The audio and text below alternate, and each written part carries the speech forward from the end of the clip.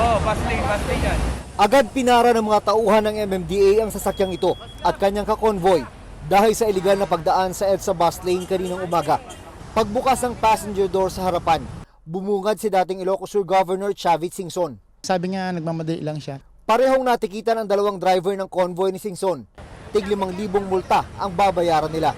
I'm very sorry at hindi sinasadya dahil nag-overtake daw yung driver. Hindi naman sa bus lane mismo, nag-overtake lang sa... Hindi nakasarayo kasi bukas, nag-overtake. Anyway, hindi dapat tularan. Pinapahanap ko na si Chairman Artes, magpapadala ko ng 100,000 premyo sa mga nanghuli para ma-encourage silang huliin lahat. Walang dapat above the law. Sinusubukan ng GMA Integrated News na makuha ang panig ng MMDA sa sinabing ito ni Singson. Mapapansin sa sasakyan ni Singson na sa lugar na lagayan dapat ang license plate, Baluarte Motorworks ang nakalagay. Meron ding blinker.